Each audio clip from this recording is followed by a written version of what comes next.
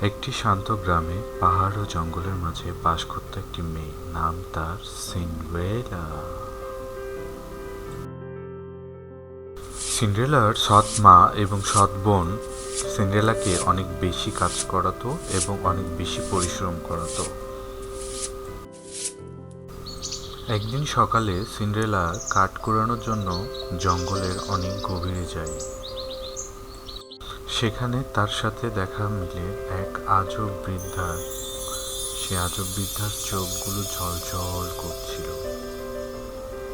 সেই বৃদ্ধ মহিলা সিন্ড্রেলার হাতে একটি বোতল তুলে দেয়, যে বোতলটির কাজ ছিল একটি মানুষের ইচ্ছে পূরণ করা।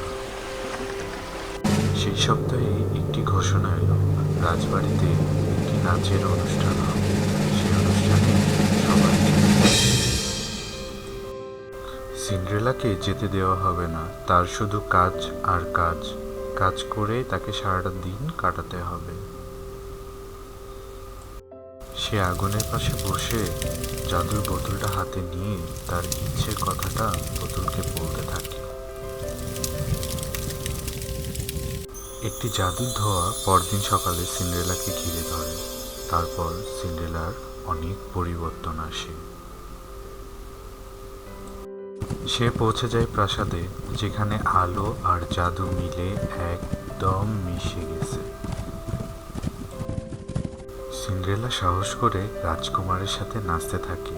তার চোখে মুখে ছিল এক অন্যরকম স্বপ্ন। জাদুর সময় শেষ হতে চলেছে। সে পালিয়ে গেল এবং রেখে গেল তার একটি জুতো।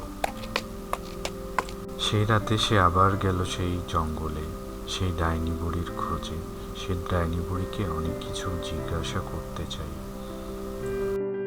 তারপর ডাইনি বলেন, একদিন আমিও সিন্ড্রেলা ছিলাম।